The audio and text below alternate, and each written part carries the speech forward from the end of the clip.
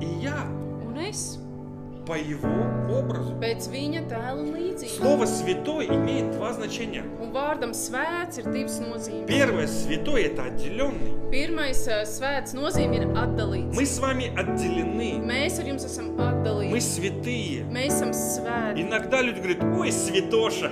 Un reizēm cilvēks saka, ай, svētā. Да, мы святоши. Jā, mēs esam И в этом нету svēti. ничего Tur постыдного. nav nekas no kā Прям, знаете, kaunēties. как Tas обзывательство. tā kā tāda А apsaukāšanās. грешник прям не Bet обзывательство. grēcinieks tas jau gan nav nekāds apsaukāšanās Да, vārds. святоша. Jā, es esmu Ты, svētīgs. потому что слово «святой» значит отделенный. Jo svēts nozīmē Ты atdalīts. отделен от этого мира. Tu esi atdalīts no šīs Ты отделен pasaules. для Tu Бога. esi atdalīts priekš И Dieva. твой пример Un tavs не, piemērs не этот мир, nav šī не pasaule. друзья этого мира.